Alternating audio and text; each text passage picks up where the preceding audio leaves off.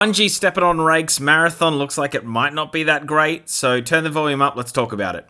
Everyone lately has been bashing on Bungie and Marathon, but I wanted to sort of dig in a little bit deeper of what the problem might be and why I'm quite concerned about a game that I was pretty hyped for at one point. Like, I really thought that this game would at least be snappy and fun to play, when now I'm in the depths of, oh boy, we're starting to look in like Concord territory, which is a bit of a worry. We'll see. Obviously, this is all a caveat. The game hasn't come out yet. It might be an absolute smash hit, but I'm fairly worried 4 months out from its launch. So what sparked my worry? Well, there was obviously that art issue where Bungie pretty much stole art for Marathon just straight from the internet. And this is also the fourth time they've done that in 4 years. So starting to see a little bit of a pattern. And you wonder the amount of people that came forward to say, hey, that's my art. How many people didn't? Or how many people just didn't get noticed when they did come forward. So there's a bit of a trend there. Circle back to that, because I actually think that that's a symptom of another illness that is within the company. So I watched the live stream and I was very underwhelmed. But the thing that really took me away from the live stream itself was the amount of issues that they were having, like tech issues. And I get that, hey, there's so many things that they're cutting between. This isn't going to be seamless. You're going to have problems. Hell, I'm a very small YouTuber at that, but I'm a YouTuber. I make mistakes all the time. There are things that I cut that maybe I cut like a syllable too early or something on those lines, so things get lost in translation. I understand mistakes happen. I'm also one person. They're a much bigger company. So I left the live stream going, well, I have a video for the live stream and the news and the updates from it, but I don't think that that's the video that I want to make. Some of the issues with the live stream that just left me pretty underwhelming was they were just cutting to people where the microphones weren't on and they're just nodding their heads, and it took them a long time to react to things. They'll then cut to someone that had too many microphones on them, so there was like massive echoes or reverbs, or I think there was a time that the guy who was clearly recording it with a laptop must have had sound coming through his screen, which was being picked up by a microphone. It was just a lot of issues with microphones that I just think, like, if anyone with any real background in doing this would have that worked out well and truly beforehand. This live stream also got pushed back 2 different times, and one of them was just because a dev couldn't make it, which I just thought was like a real scheduling faux pas when you're dealing with, hey, this is coming out on YouTube. This isn't a very small, like, internal meeting where they're just like, oh, all hands on deck, and then someone can't make it. They then mentioned that they were going to show a lot more, but they couldn't because of all the art issues that they're having with the stolen art, and they wanted to scrub all that. I kind of got a vibe of that was a bit shitty, and maybe they should have pushed that along, or maybe they didn't have anything to show in the first place, and that was kind of bullshit.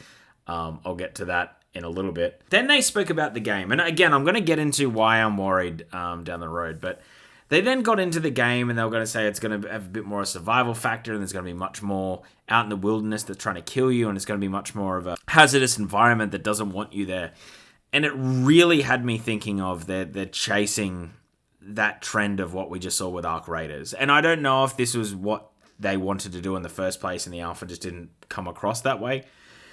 But it just gets me thinking that they're not making the game that necessarily they want to make. It's a real PlayStation push to get this out, and there's no one strong enough there to say, well, you know, we can do both. We can make a very good game that also, you know, is going to turn heads and get people quite interested. Yeah, and there was a few other things that made me really worried. Like, they did say that there was 16 guns, I think, in the alpha, and there's going to be double that in the game. If this is an extraction looter shooter with 32 weapons, we're about to be very underwhelmed. And I know there's going to be a ton of variants and a ton of attachments and all these other things that go with it, but Destiny has a lot of guns.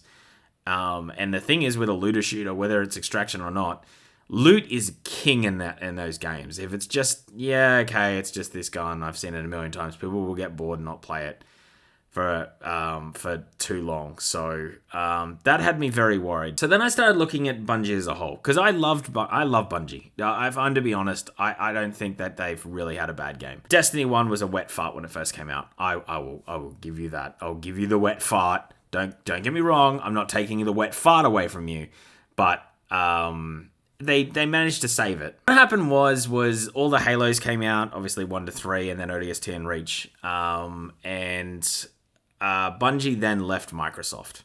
From that, a lot of developers moved on or were out during that Microsoft phase when they did buy Bungie out originally. They reneged on a few deals. They reneged on profitability agreements or profit sharing, and they reneged on some of the founder shares. And some people moved on before that; those founder shares were activated. Those sort of things. So some real underhanded things went about. They then moved on to Activision. By what I can gather, the same thing happened with that push from Microsoft to Activision, and Activision really did push for Destiny to come out in a non-finished way. So anyone that played the first Destiny, it was good, like it was punchy, the gunplay was great, but there just wasn't much game there, and it took a long time for it to really hit the ground running. But most players were, I would say, pretty well fine with that because it was a live service. They knew that they bought in early to a game and things were being built out slowly. Then 3 years into that, a little bit of a slap to the face, Destiny 2 was announced, which you usually don't get that with live service games, that there's such a quite tight turnaround to the new one coming out. But yeah, okay, new consoles, I guess. You got to harness that, so people were fine with that. Bungie then went on its own due to some DLCs and a few other bits and bobs not working out on Destiny 2. They were out for 3 years, and then they got bought by PlayStation. This, at the time, seemed okay. It looked like they weren't going to replicate a lot of the issues that they were having before. And then the firings happened, and their CEO was relentless. They have dropped down to, I think they've dropped 37% of their original staff from 2022, which has meant Marathon's been pushed out.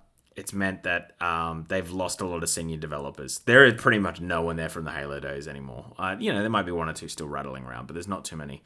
There's now starting to get to the point that there's not many left that worked on the original Destiny. So they've kind of inherited this other game that's been a bit of a hit. Where I'm really concerned is that I'm starting to see big issues with stolen art, live streams not working properly. This game seems to be the first game from Bungie that I would say almost lacks creativity.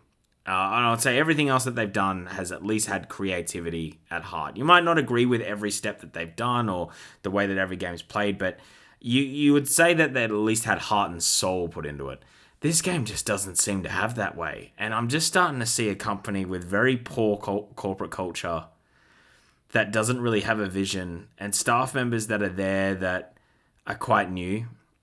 And so I'm starting to get to the point where, is this game going to come out and be like Destiny 1, where it's very underwhelming to start off with, but, it's not a console era 11, 12 years ago when Destiny 1 first came out. The extraction shooter model, especially on console, is about to get very, very crowded very quickly. It's not right now, but there are quite a few games pushing for that launch window, and Arc Raiders is definitely one of them. And I think there's going to be one or two first-person shooters as well that are going to take the genre by storm on console. I know PC players, I know you guys have heaps of these. I'm putting you in a different corner.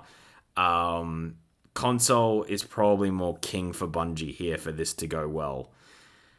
And if there isn't much of a game here, I can't see how this is going to be played. I just don't get why anyone's going to pick it up and play it. I went from, I must get this game, seeing the trailer, to now 2 months, a month down the road, being like, I don't think I will. I might cover it for the channel, but I just don't see much of a game here. And just everything that they talked about in this live stream just seemed to be things that were made up on the fly, were chasing trends. It just didn't seem like a game that was connected with a vision. And this is from a developer that made such a big dev test at E3 for Halo 2 that they had to delay Halo to live up to the hype of the fucking dev test that they made. So I just don't think that we look at Bungie the same way that we used to.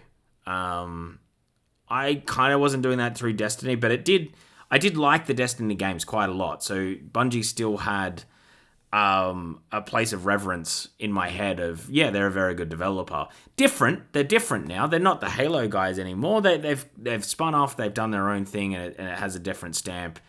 There's definitely microtransactions. There's some things I don't like, but I mean, that was really the whole gaming industry. It wasn't just them doing it. So, I can live with some of the decisions that they made going forward. And I thought some of the DLCs for Destiny 2 were fun. There's a lot to do. There's a lot to chase, lot to complete. So I can't complain with the amount of game that we got. But what I can really can't stop thinking about is that I just don't think the Bungie of either of those two games exists anymore. And I think we've got this shell of a corporation that is really driven by revenue, which I mean most businesses should be, but that's it at its core, instead of building off a really popular game or a franchise and then trying to max out at some point. Yeah. So yeah, I've been so underwhelmed by everything with this game. And I love video games. Like, it takes a lot for me to be underwhelmed. Like, I will give most things a chance. And I'm now going in very low. Very, very low about this game. Anyway, that's the video. That's my thought. If you have made it this far, hit the subscribe button, because that really helps us out. Otherwise, hit like if you've already subscribed. Why not hit both? It's free to do, and it's just like 2 clicks. 2 clicks. So, I mean, that's pretty easy to do. Comment down below, like, what do you think about the game? Where are you at? I know this video is a bit negative. Usually, I'm quite positive. I don't know. I just kind of hit the record button, and we just ended up here, didn't we, gang? Wow. Wow. But yeah. Okay, that's me. I'm going to cut this up. I'm going to edit it out. I'm making chorba for lunches tomorrow, which is like a Moroccan stew. You didn't really ask about that, but I'm going to tell you anyway. And yeah, I'm going to edit this up and get this out. So see ya. Bye.